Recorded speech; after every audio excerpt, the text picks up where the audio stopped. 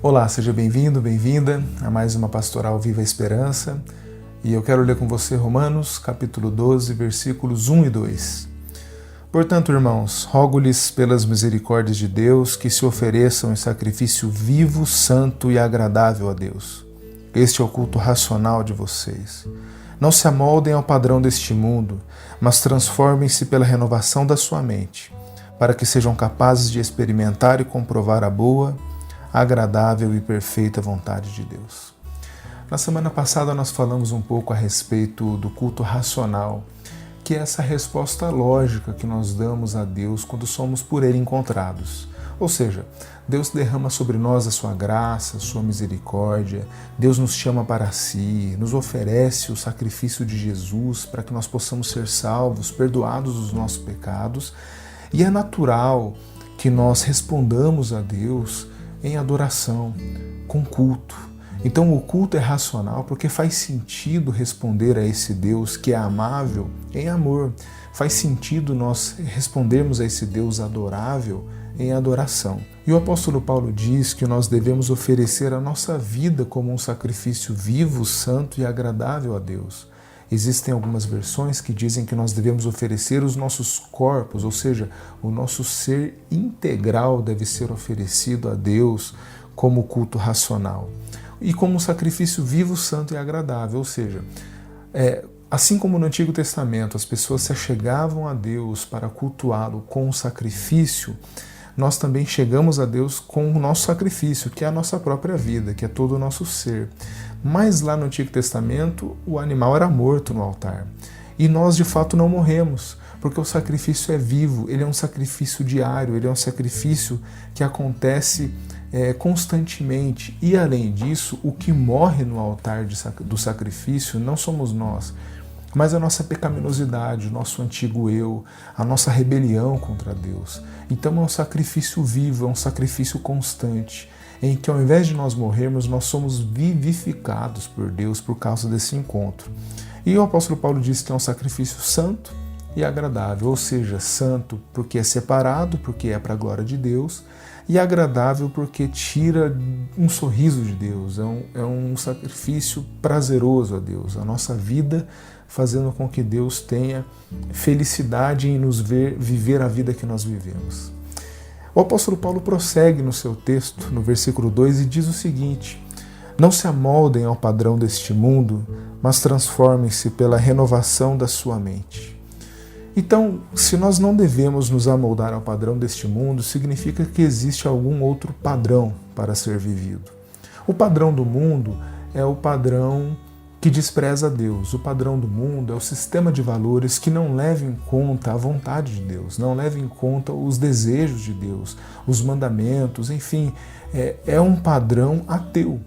E o ateu aqui não quer dizer militante contra Deus ou bélico, né, contra a palavra de Deus. Na verdade, você é um ateu quando você vive quando você vive sem se importar com aquilo que Deus se importa. Isso é um ateísmo na sua essência. Então, nós não devemos nos amoldar ao padrão deste mundo no sentido de que nós não devemos imitar as práticas desse mundo. Esse mundo que despreza a vontade de Deus. Então, se nós não devemos viver de acordo com o mundo, segundo o esquema do mundo, como que nós devemos viver? Nós devemos viver debaixo da vontade de Deus. E aqui o apóstolo Paulo diz que nós devemos ser transformados ou nos transformar pela renovação da nossa mente. Quer dizer o seguinte, nós não vamos viver de acordo com os padrões desse mundo. Pelo contrário, nós iremos experimentar a renovação da nossa mente. Ou seja, nós iremos passar por transformações profundas no nosso ser que acontecem de dentro para fora. Não significa que nós vamos aderir a alguma religião ou a algum código de conduta. Não é isso. O que o apóstolo Paulo está dizendo é que existe um encontro que transforma o nosso ser de dentro para fora. E aí os mandamentos que estão nas Escrituras, a vontade de Deus para nós faz muito sentido, porque o Espírito Santo habita em nós e nós passamos a compreender a vontade de Deus. Esse é o chamado de Paulo para nós. Nós devemos nos transformar pela renovação da nossa mente. Para quê? Para que nós sejamos capazes de experimentar e comprovar a boa, agradável e perfeita vontade de Deus. Ou seja, Para que nós possamos experimentar e comprovar a boa, agradável e perfeita vontade de Deus, nós precisamos ser encontrados por Deus, nós precisamos experimentar a misericórdia de Deus, a graça de Deus. Nós temos que entregar a nossa vida como um culto racional a Deus, ou seja, sacrificar o nosso eu como uma oferta santa e agradável, como um sacrifício vivo. Nós não devemos nos amoldar ao padrão desse mundo, mas ter a nossa mente renovada, uma transformação de dentro para fora, e então nós poderemos experimentar e comprovar a boa, agradável e perfeita vontade de Deus. Esse é o chamado de Paulo para as nossas vidas. Eu gostaria de ler esse mesmo trecho na tradução da Bíblia A Mensagem, do Eugene Peterson, para a gente encerrar esse momento.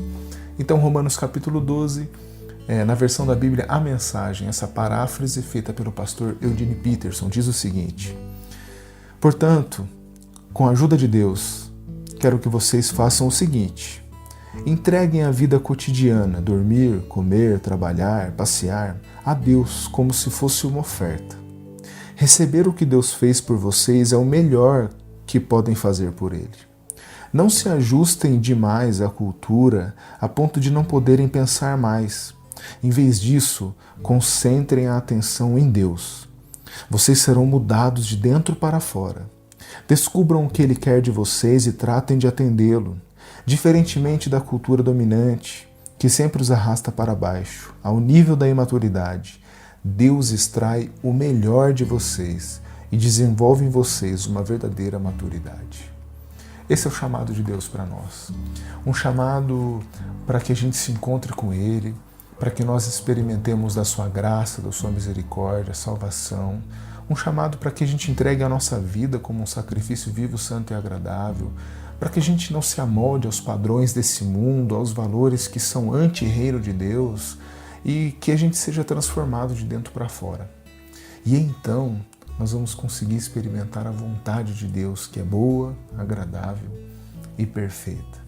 A minha oração é para que a gente consiga colocar em prática essas palavras do apóstolo Paulo, ou seja, experimentar todo esse caminho proposto pelo apóstolo, desde experimentar a graça de Deus, a sua misericórdia, o chamado à salvação, a entrega da nossa vida como um sacrifício vivo, santo e agradável, a gente não se amoldar aos padrões desse mundo que desprezam a vontade de Deus, mas nós sermos transformados de dentro para fora pelo Espírito Santo de Deus, a fim de que no final dessa história eu e você possamos experimentar a graça de Deus e provar a vontade de Deus, que é boa, agradável e perfeita. Essa é a minha oração e eu espero que seja a sua oração também. Que Deus te abençoe e até o próximo vídeo, se Deus quiser.